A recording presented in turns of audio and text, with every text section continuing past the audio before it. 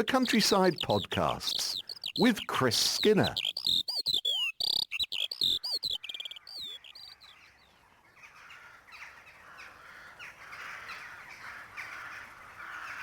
Good evening, everybody. It's just after 9 o'clock in the evening and the sun has just set on the northwestern horizon. It's one of those beautiful late July summer evenings. Not a breath of air, nothing's moving. And I'm sitting underneath a field maple tree with some dense foliage on it. I'm sitting on the ground. The woodland floor is very dry. I'm in Fox's Grove, more or less in the centre of High Ash Farm, 30 odd acres of mostly deciduous woodland. There's a few conifer trees out in the middle. But on one side of the woodland, there's some very tall ash trees. Not so much foliage as there was this time last year. And I love to come down here at least once a year at this time of year and at this time of the evening, just for one of the amazing, spectacle for me and something to listen to for you, because it's the roost of around about 1,000 jackdaws and probably double that number of rooks. It's a communal roost. There's a few magpies dotted in as well. They've not spotted me. And I'm about 12 foot into a patch of stinging nettles, as I said, sitting underneath this field maple. And there's an old shooting ride quite close to me. It's about 15, 20 feet wide. The horses ride through it and keep it clear. And a fox just trotted past me just before I turned the microphone on, just carried on, caught a scent either from me or Rat, who's sitting on my lap. Oh, something just set them off. They're now arriving, jackdaws, rooks galore. And just as they come into roost, they're a little bit nervous. They're landing the trees way up, 70, 80, 90 feet. Some of the trees affected by ash dieback have only got a small amount of foliage left on them. Most of the leaves have dropped off, and I can see hundreds and hundreds of like black smudges up in the canopy. And they're the jackdaws, which are the high-pitched check noises, I like to call it, and then the more guttural sound of the rooks. And if we're lucky, we'll hear a few carrion crow as well, which tend to come in when everybody else is tucked up in bed. But it's just a fabulous sort of reunion of the day of where they've all been feeding, and they have this chatter way up in the canopy at bedtime, perhaps talking about what they've been doing during the day. There'll be some parents there with young jackdaws, which are all fledged now. And you start to have these family groups coming to roost together, but not just families, but whole congregations is the best way to describe it. And I am absolutely spoiled. I not want to be anywhere else in the world, but just to sit here to hear this cacophony up in a tree. A lot of people don't like them because they're blackbirds and often associated with death, particularly with carrion crows and particularly with ravens. Rooks are much more vegetarian, and jackdaws, well, more seed eaters, but if they have the opportunity of a dead rabbit, they might take a little bit of meat from it. And magpies, or maggot pies I like to call them, would certainly like to feast on a corpse from perhaps a roadkill. So I drove down here, a buzzard flew off Caister Lane, but not doing a very good job of it, because it was carrying a rabbit that had obviously had a road casualty as well. So that buzzard's got a nice evening meal. But the numbers are still increasing, and they carry on this talking noise up in the trees, this communication. And then around about 9:30, 20 to 10, somewhere about then, they suddenly, as though a light switch has been turned off, not for light, but for sound, and it goes completely quiet. And I'm sitting a little bit away from the roost so that I am able to come out from under this maple tree and walk off without disturbing them, because it's their home, if you like, their territory. Oh, and there's just a gap through the trees, and I've got so much of a moon. I've got just over half a moon shining just above the horizon quite brightly towards me through a gap in the ash tree trunks, which are really close together. But I hope you can hear them up there. As I said, for them, it's obviously a celebration. The noise sounds very convivial. If something like a car drove past on the other side of the wood, where there's a small lane called Wash Lane locally, it's actually a wash lane. There's an A in front of it missing, and it's never been named. It's one of those mystery roads with no signposts at either end of it. I love it. And if a car went past and hooted its horn round some of the sharp corners, they take to the air and kind of object. And you can hear the sound, the tone in that cawing that they make, which is a sound we use to describe this noise they're making. It changes completely, and it becomes quite harsh, as though they're angry, which is probably they have every right to be. So they're undisturbed, and this is a traditional nursery roost here, and I call it that because if I sat here in just over a month's time in the same spot, probably a little bit earlier because the days are getting shorter now, then it would be completely quiet, because this lot, this little congregation from High Ash Farm, moved to form one of Europe's largest corvid roost at Buckingham Fen on the east side of Norwich. It's only about 5-6 miles away as the crow flies, and that's an incorrect statement in itself, because it's usually as the rook flies. Crows are pretty solitary, and they spend quite a bit of the time of the year by themselves, nesting by themselves, whereas rooks, and to some extent jackdaws, are quite communal as well. Oh, there's even more arriving now.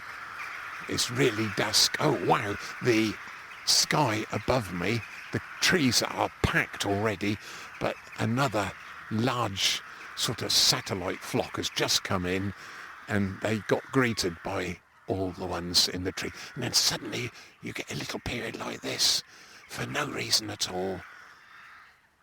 It goes very, very quiet, as though they're listening. That flock has just landed in the trees about 100 metres away from me.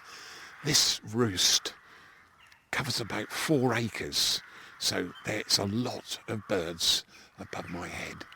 This is a lovely way of being with nature. It just quiets you down. I've got no wish to come down here with a bird scarer and frighten them off, nor do I on the fields here at Irish Farm when we sow the corn, and particularly sunflowers, which is for many of the birds to feed on later in the year when we put it in April and early May. And I don't mind, because it is for them anyway, but I'd much rather we were able to produce a crop first, and then they can eat that. So we've got about 80 acres this year of overwinter wild bird seed mix. But I'm just moving my head a little bit and looking up in the canopy, and it's just absolutely jam-packed with jackdaws. The most vociferous ones at the moment are the rooks, and as I said, they're really communal. They love feeding together out in the fields. they roost together, hence the name rookery, where you'll get a lot of them. And there's a rookery about 200 yards west, quite close to Case of St Edmund Parish Church. Another one at Dunstan, near the A140 there. And then there's one or two to the east of me, and they all make their way here. So you have these, what are called satellite roosts. Then the whole lot disappear, as I said, just a few miles to form this gigantic flock. And it's just an amazing sight. There are tens of thousands of corvids in there, and I'm happy for that to happen. So they obviously are safe there, and they're obviously protected to some extent from disturbance. So there we are. There's a little treat for you. Matthew will be here later on in the morning. We'll come back to this area of woodland actually. We'll be looking at some of the plants, but I'm just going to stop talking for a moment, and I'm just going to put the microphone up above my head so that you can enjoy just a wonderful sound.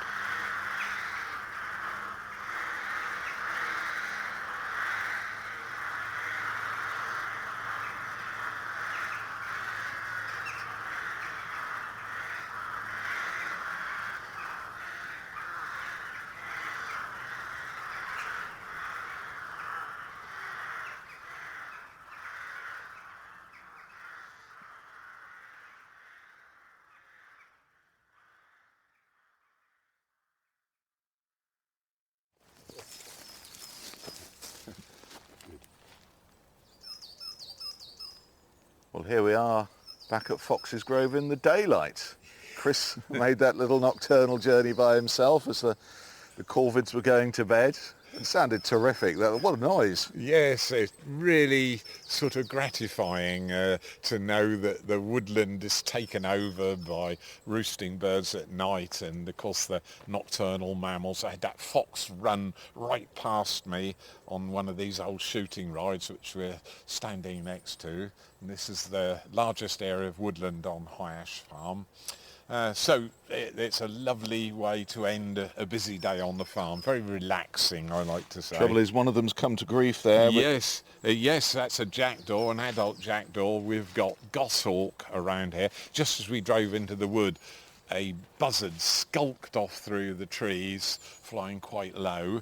And what's happened is all the conifer trees, there's a mixture of deciduous and conifers.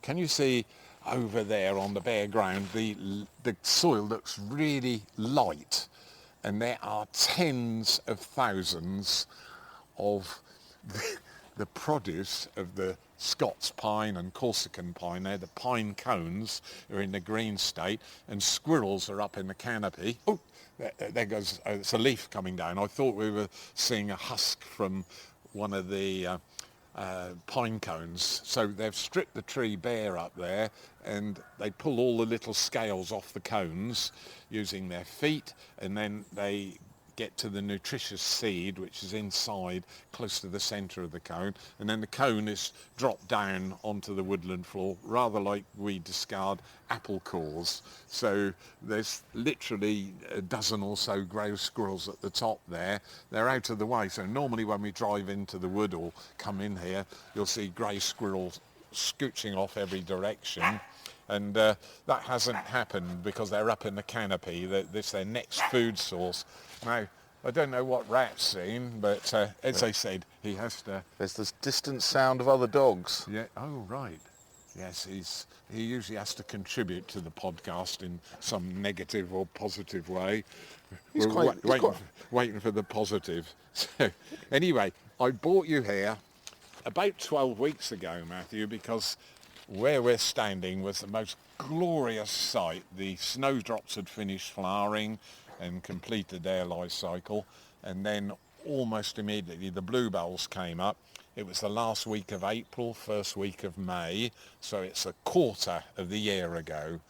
And at that time of the year, the flowering plants take our attention, and everybody likes to see them. We grow flowers in the garden, but it's just a stepping stone in the life of the life cycle, if you like, of the bluebell itself. And we're now at the next stage, which for the plants themselves is equally as important, and yet it's overlooked because when we look in front of us, there's just some dried stems with paper-like cups on them, completely uninteresting, and you'd walk past and because it looks dead. And in fact, the bit we're looking at is dead.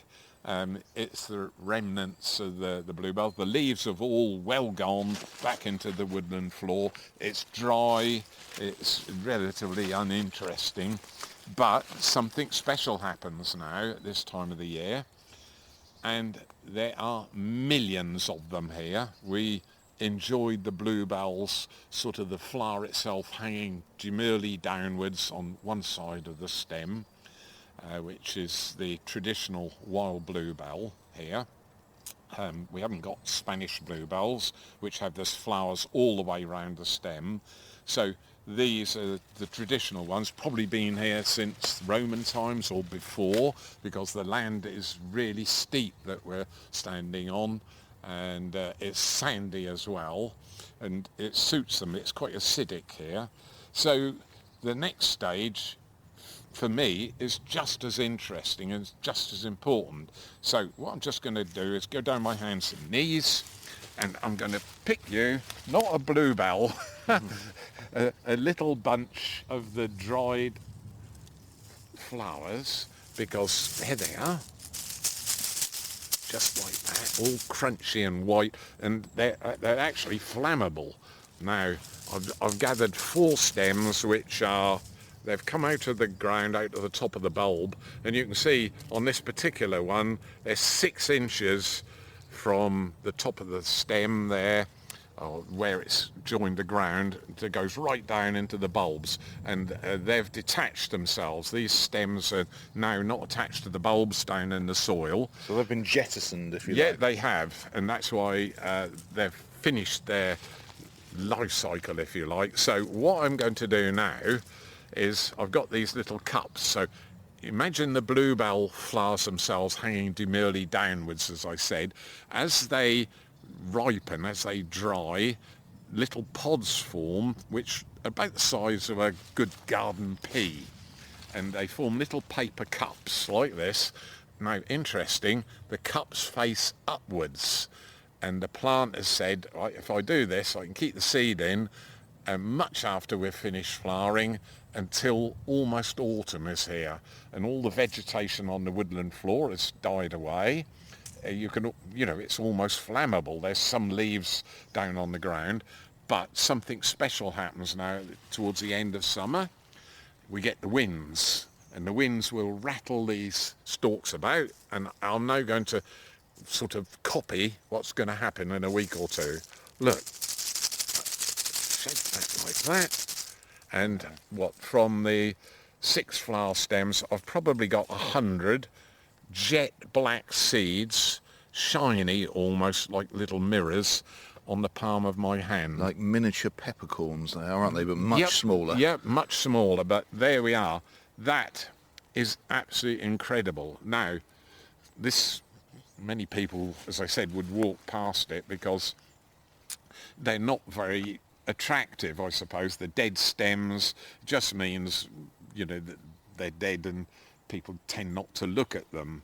But this is just as important as a flowering period, as those leaves coming up in the end of January through February, storing the energy for the following year in 2027, would you believe. They're perennials, so the bulbs are deep down in the soil.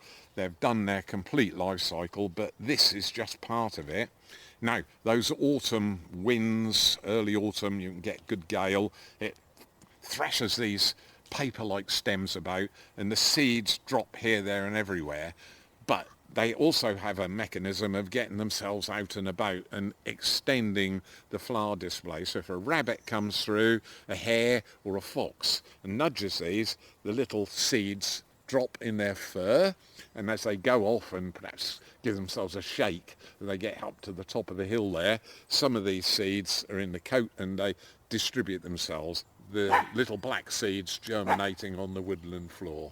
Yes, rats had enough of us and said, come on, let's go to another site. I've sniffed around everything here. How bluebells are made. Yep, there we are. Perfect.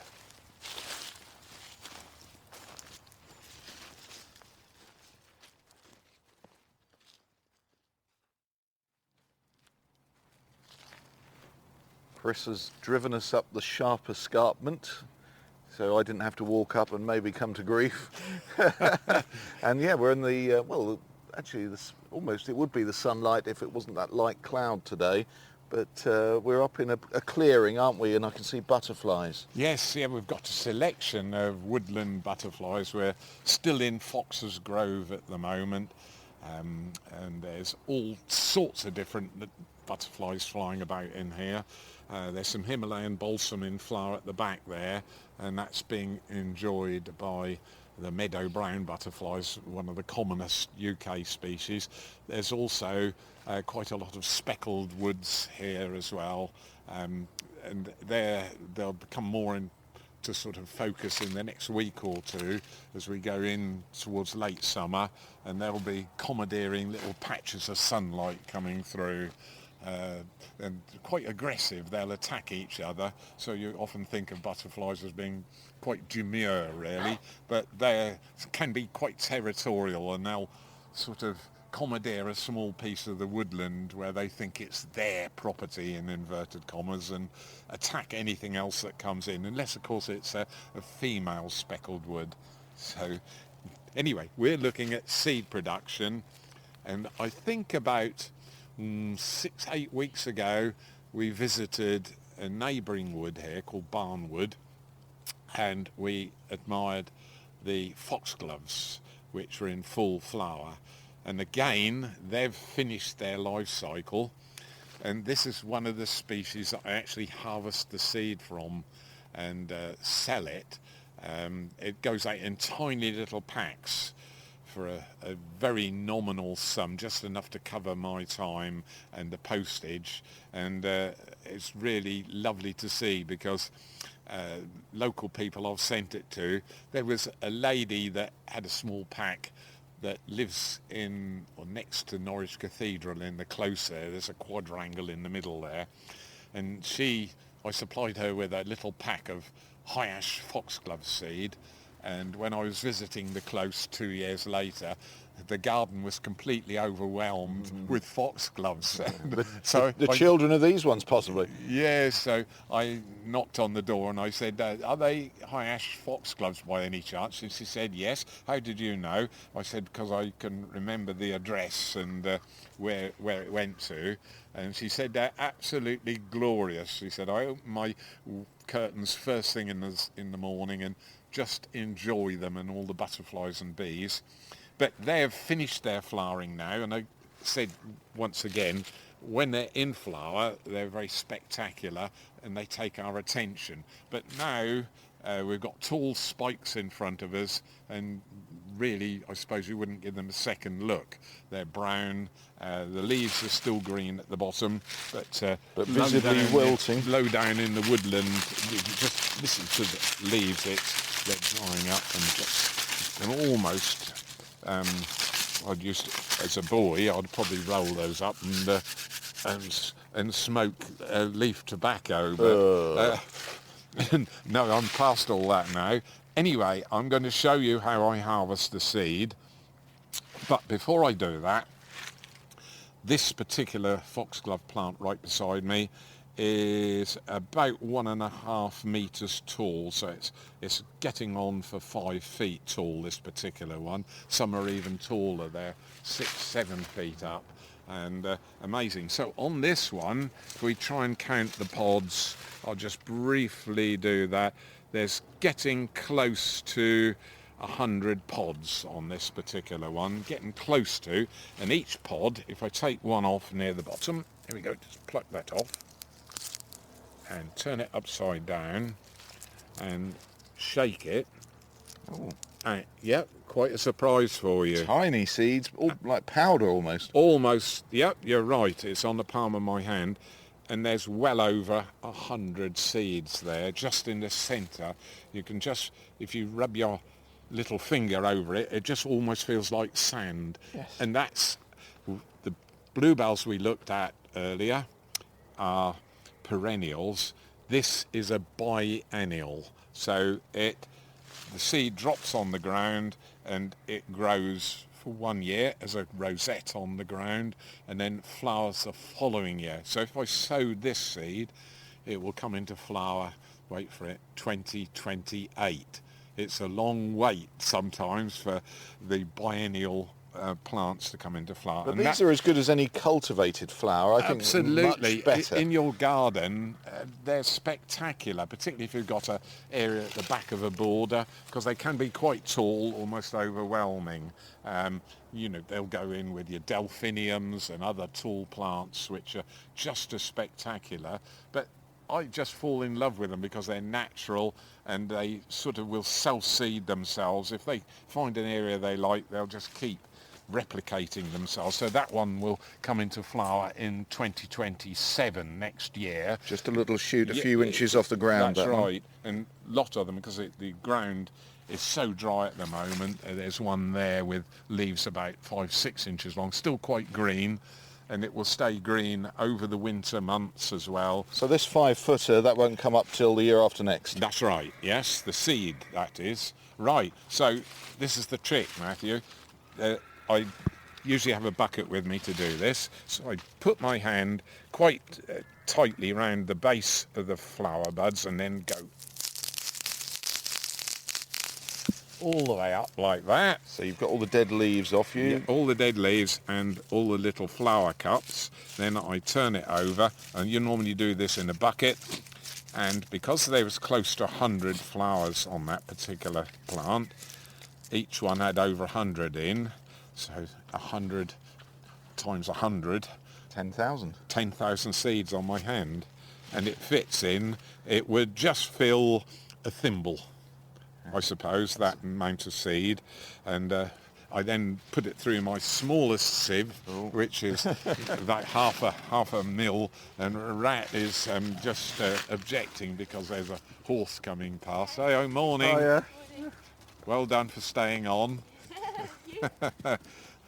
It's a sharp hill, that one, to go that's up pretty on good. a horse. Yes, you've got to get the speed on, otherwise the horse goes in reverse. Yeah, that's not good. Well, no, it isn't. No, it isn't, says the horse. Very nice, yes.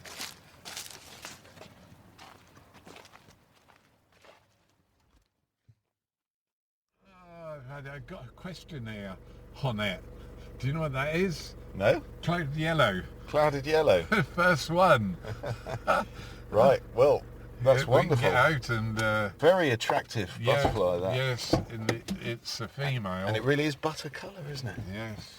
Right, we have a question Yeah, about we have. that. So let's root that out. we're just on our way to look at the next item, and Chris has spotted a clouded yellow. Well, let's get out to the truck. And Dave Barton says, just listen to the episode where you said you weren't getting any clouded yellow butterflies. As you said that, one flew by me. I've been seeing them here in Devon, South Devon, lovely part of the world, for a couple of weeks now. And I took some photos. Here they are along the coast path in wonderful South Devon, probably near places like Hall Sands and Bee Sands. I'm and places. so envious because in Norfolk for the best part of 3 weeks now we've had a northerly breeze, and that's stopped any clouded yellows coming up, and the habitat we've now moved to is perfect for them because in a field next to where we are we've got some lucerne growing, which is their food plant. So that attracts them to a particular area. And where we're standing now, we've got knapweed in full flower and some vetches growing down in the understory, and bird's foot trefoil galore right down. That's a common blue butterfly just flying past. But just as we stopped the truck, in front of us and over the top of the truck was flying a clouded yellow butterfly. The wind has dropped and it's allowed the butterflies to come up northwards. Bearing in mind down at Devon there, where this photograph was taken, down on the south coast, from there to the top of Scotland is a good 1,000 miles. So the climate changes from the southern part of UK to the northern part. You can still have frosts and snow up on the hills in the highlands, and you can be basking in warm spring sunshine down on the south coast. So quite a variation, but that was quite spectacular.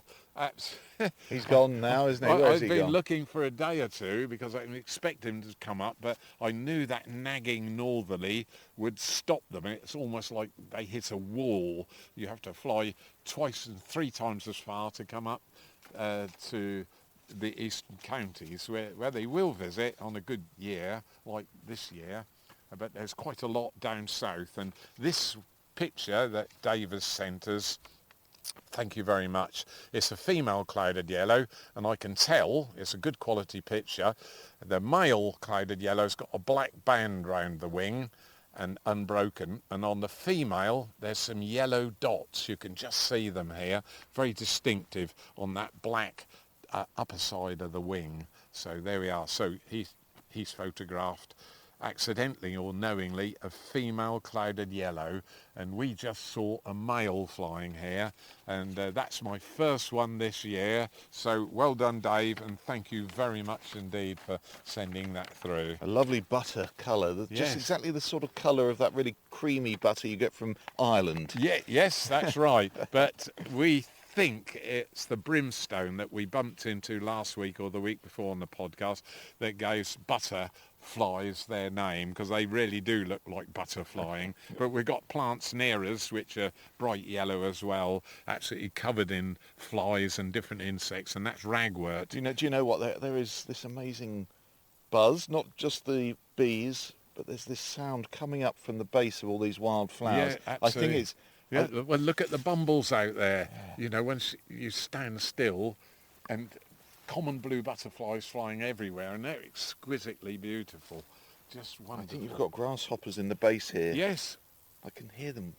yes. Your hearing's better than mine, but yes, I've spent too many years driving a combine with no cab on it, and the noise level was way up above 120 decibels, and Not to mention your rock and roll youth. Yes, not to mention that, standing next to the speakers, dancing with my thumbs up. My children left the room once when I did that. Oh, Dad. Oh, goodness. Grandad dancing, that's the ultimate no-no.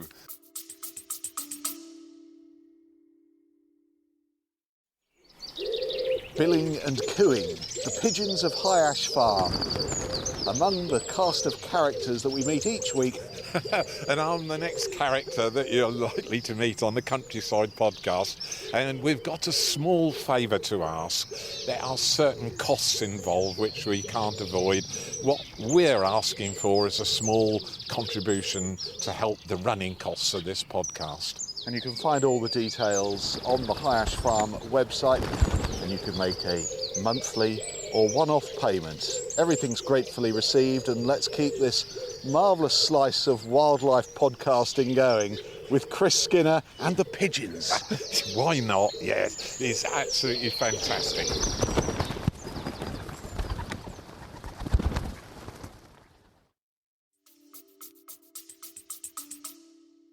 Well, from rock and roll, we're going to go to shake, rattle, Yes, and roll just look shortly. down here though quickly before we go in. Looks like a molehill, Ooh, and ooh. it isn't. It's an anthill. Oh, and a hoverfly just came in. We've got a question on those in a minute.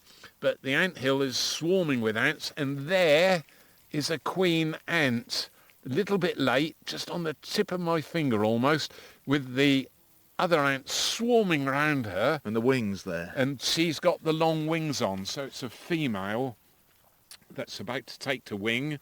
She will fly up. It's nice and warm today, and she'll find a male to mate with. Then she'll come back down to ground, bite her own wings off, and find a new nest to form in this very dense, tall wildflower field in front of us. And it's just a glorious sight. The knapweed's in full flower this week. Bumblebees everywhere. It's, yeah, I hardly want to walk in and do the next topic, but we're going to have to. Let's just walk in. The whole field is covered in this plant. Here we are, we've got one right in front. You nearly put your clodhoppers on it. Oh, sorry. Here it is. It's another one of those plants which is dry, paper-like, pea-shaped seed capsules, and very uninteresting. But if we'd have been here 4 or 5 weeks ago, it had some green on the leaves, and it had small yellow flowers, almost orchid-like, but it's not an orchid species. It's a semi-parasite, and it's really unusual. So it's feasting on either some clover, or in this case, it's on the grasses. So if I follow the plant stem downwards, go right down to the bottom. God goodness, it's bone dry down there. This is a clump of grass here. This is sweet vernal grass, this particular one. There's the seed head from the grass on the ground, and it's parasitized the grass. So I'm just going to pick the stem of this particular plant. God, it's quite tough. Right, this is a semi-parasite, so it's a bit like mistletoe, because mistletoe's also... Oh, and there's a nice green part here, which is, it was bent over and it hadn't come into flower, and it's got one seed capsule that hasn't opened yet, and the rest are all green there, all stacked together beautifully. It looks like hops, doesn't it? It does. It does look like a hop plant, actually. And the other part of the plant, the flowering process is completely finished. And what I'm going to do is what I did with the bluebells and to some extent the foxgloves, turn it upside down, and then this plant will make a little rattly sound. That's a clue. And there we are. It's called yellow rattle. There we are. And it's very dry. There's the seed, and it must be one of the hardest seeds in the world to harvest because I have learnt how to do it. It's taken a few years to perfect it, and in the back of the truck I've got a bag with 5 kilos in, and that represents 2.5 days of sitting under a tree in the farmyard with a sieve. So I'm panning for gold and getting all the debris out, and I can get it 99.5% pure yellow rattle seed, and we're going to use that seed I've harvested for establishing a new wildflower field at the farm, because if you grow yellow rattle, it parasitizes the grass, and much of the soil in Norfolk is really fertile, so the wildflowers will grow away, but the grass after a year or even 2 years will completely swamp out the more delicate wildflowers. We've got orchids in there, so wherever you look, just behind you there's loads of yellow rattle seed pods. Can you see at the back there? A bit further away, there's clumps of them, and so there's quite a high population of them here. Gets rid of the grass. It gets rid of that, or should I say it restrains the grass. Suppresses. Exactly, that's a very good description of it. And so it gives the wildflowers a much greater chance. So it's called a meadow maker's plant. So if you grow it, you only about need 20 there, is there? There's more than that. I'll do a quick count. There's close to 40, just out of one pod of the plant. So it's quite productive. But the seed, if I now do this, I blew, and there's not a seed left on the palm of my hand. But in the back of the truck, I've got 5 kilos, and the market price at the moment is around about £200 a kilo.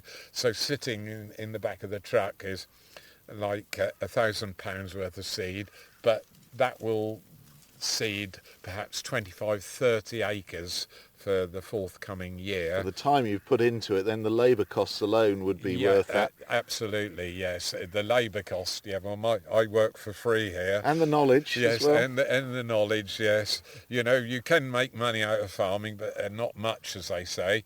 Whereas, yeah, whoa, look at that. There's your clouded yellow, and it's being chased by a common blue butterfly. And you can see, people think very lethargic or slow flies. It's going round here like a rocket. Bright yellow wings. It's covering all this acreage covering here. it all over, just looking for a food plant. Yep, getting quite a speed on. Wow, what about that? Clouded yellow. It smiles even bigger now.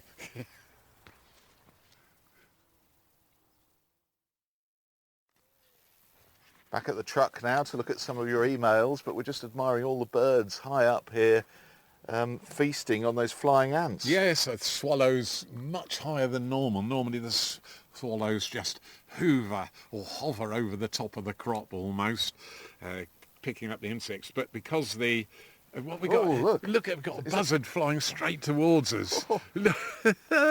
only 15 feet above the ground. Yes, just going round, obviously looking for some prey to catch for the young buzzards which are in the woodland quite nearby. And it saw us and just doubled back.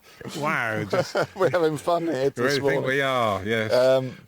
James, hello to you. Sent an email. Again, a big thank you for your efforts in bringing a podcast which we love to listen to each week. This year we've had an abundance here of hoverflies. So all around our garden flowers, and especially some lilies we have in pots. We're very curious about these little creatures and have to say they're one of our favourites. So slight, gentle and yet amazingly agile. What is their life history and what do they feed on? Goodness, that's a cracking question to get us underway. Right, well, I'll start off by confusing you a bit because they are confusing little insects. There's around, so far, 276 species of hoverfly found in the UK, and they sort of look, they're mimics really. They rather look like a bee or a wasp. They're slightly different in that hoverflies have just one set of wings and the bees and the wasps have two sets of wings, so they're easy to see. The larvae, they lay eggs on leaves and the larvae will feed on aphids. So High Ash Farm, we've got a lot of sycamore trees and I've taken you in the spring and we've seen thousands of aphids on the leaves, and that's the food or the substance that the larvae of the hoverflies will eat. Then they hatch out and the adults will feast on pollen and nectar as well. But they're incredible little creatures. So it looks exactly like a wasp with the black and yellow striped thorax, and all the different species have different colours. Some are quite dark and they'll predate in wasps' nests and bee colonies. They'll go in. They seem to not be attacked by the bees. They've learnt to do that. But they live life in the fast lane, is the only way for me to describe it. Their average wing speed, and you notice how agile they are. They'll fly off a plant and hover in midair and then dart off at great speed. And that wing beat is around about 300 wing beats a second. A bumblebee, about 120 wing beats a second, and a honeybee, 240. So it's getting up there.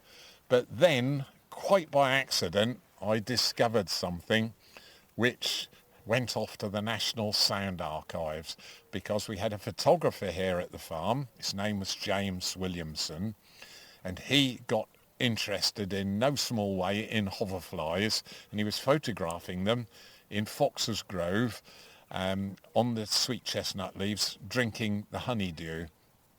And I got a call one lunchtime. I went down to the wood and he said, "Chris, would you come and listen to this?" So we stood underneath the sycamore tree and I could hear the hoverflies flying about. So that's one of the things that they mimic bees and wasps in. You can actually hear them flying with that very fast wing beat. And I had my Sony recorder with me, my very ancient rattling, rolling tape recorder. And he said, "Just listen." And there was a hoverfly, one of the common species, on top of the leaf, and it was just sitting there and it was kind of humming away. And he said, "No, just be quiet and listen." We waited 4 or 5 minutes. Then suddenly something completely different happened. Had the microphone under the leaf close up, and it went from zzz to a zzz. The sound went off to the National Sound Archive because it was recorded at just over 1,000 wing beats in a second. It's unimaginable. The creatures, the lifestyles that we share our planet with are awe-inspiring. So that's 3 times quicker than science had previously recorded. Yes, it was, and I was the person that recorded it. Some hoverflies hibernate as adults and some as larvae, pupating the following spring, ready for the aphids to eat. So there we are. And they also look like bees and wasps, but they don't sting as well. So they're gardeners' friends. So thank you for that question. Well done, Jamie and Leslie, listening there in Saddlebow. Now on to Margaret. We live on the Norfolk coast and hear the sounds of the gulls most days. Since the beginning of this month, they've had sessions of being really noisy, early in the morning, often around midday as well, and last thing at night. We've even heard them at 1 a.m. Oh, I expect that's popular.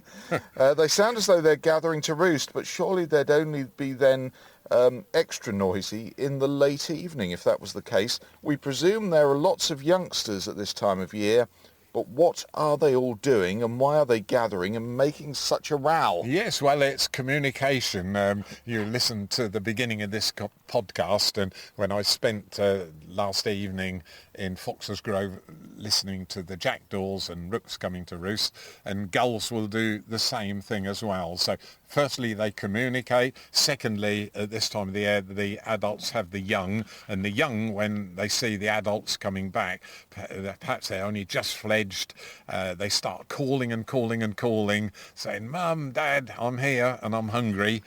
So all sorts of things like that can happen, but particularly close to housing now with the herring gulls, which are mentioned there, and the lesser blackback gulls, particularly as well, they'll roost on river estuaries and mud flats as well, where they will do all this calling till quite late at night. Normally it goes quiet at midnight, so you're being spoilt, being serenaded early in the morning. That's one way to look at it, I suppose. Helen in Bedfordshire really loves the podcast and it helps her a lot, she says. And it's good to hear what Rat's up to. Wow. There we are. Takes all sorts, doesn't it? Yes, I suppose so. Do blackbirds sing in the pentatonic scale? Well, she says in scale, but the musical scale, I presume, which is the pentatonic scale. Yes, yeah. And can they mimic sounds? Yes, well, firstly, blackbirds can mimic sounds. We had one here, quite close to where we're standing. Keeper's cottage has had a burglar alarm on it, but when the gentleman that lived there came downstairs, he set the alarm off every morning. And then in the farmyard, about a year later, I heard a blackbird mimicking that alarm perfectly. They would also mimic trim phones. People used to have them in the garden. Oh, yeah. Bzz, bzz, That's bzz, right. bzz. So they can mimic, but a scale is a kind of group of notes, either in ascending or descending order, within a particular octave, and blackbirds can sing in a scale. So yes, the answer is yes, they can, but when, and I've done it in the past, slowed a blackbird song down to about quarter the normal speed, it's incredibly sophisticated, and it sounds rather like a whale underwater, under the sea, that very sort of ominous, sort of haunting call that they make. But so really interesting question, that, and needs about an hour to describe it properly. Thanks, Helen. And Ronan, our final emailer. We live in Norwich. We have garden and allotments. This last year, I've noticed insects and spiders numbers declining. This year, I didn't count more than 3 or 4 bees or bumblebees in some of the full bloom lavender plant, for example. Same for vegetables and or in the greenhouses. What are your thoughts about this? Yes, everybody's noticed this really. If you go back, and more memory takes you back, as mine does, right back to 76 when we had the hot summer. Everybody's windscreen and radiator was absolutely plastered with aphids and ladybirds, and there does seem a huge decline in insect numbers, which is really, really worrying. We don't know all the causes, but some of the hot weather certainly affects numbers, because although plants are flowering, and we've visited a lot over the last 2 or 3 weeks, they're not producing the same amount of nectar as normal. And so the food source often isn't there. Also, it feels like we're standing next to, laid out particularly for pollen and nectar for our summer insects. They're scarce. We've lost many of our old wildflower meadows and fields. They've all been ploughed up and used for growing food, which is really important for us. There's 60, 70 million people in the UK now, and we're relying more and more on imported food, and insects play a really important part. So it's hugely worrying that this has happened, and we are addressing it here at the farm, and we certainly have turned it round. So everywhere you're looking behind you are bumblebees and moths, and of course that clouded yellow which visited us. So thank you very much. You're dining out on that, aren't yes. you, for a little while, I think. So Ronan, thank you very much for your email. Thanks to everyone else. Thank you for listening this week. Any more questions and comments? Chris@highashfarm.com is the email, and the website highashfarm.com/podcast if you want to find out any more about helping out with the running costs and making donations. That's where you need to go. And there's always the Facebook site as well. Chris dragoons all the techies to take their photographs, yes. And the best ones get on there, don't Absolutely. And don't forget to look at High Ash Facebook. We saw the 6-spot bonnet last week, and I know the buzzard having a bath in the pond has also just gone on the Facebook page, so do join us and come back next week, Matthew, and we'll do it all again but differently.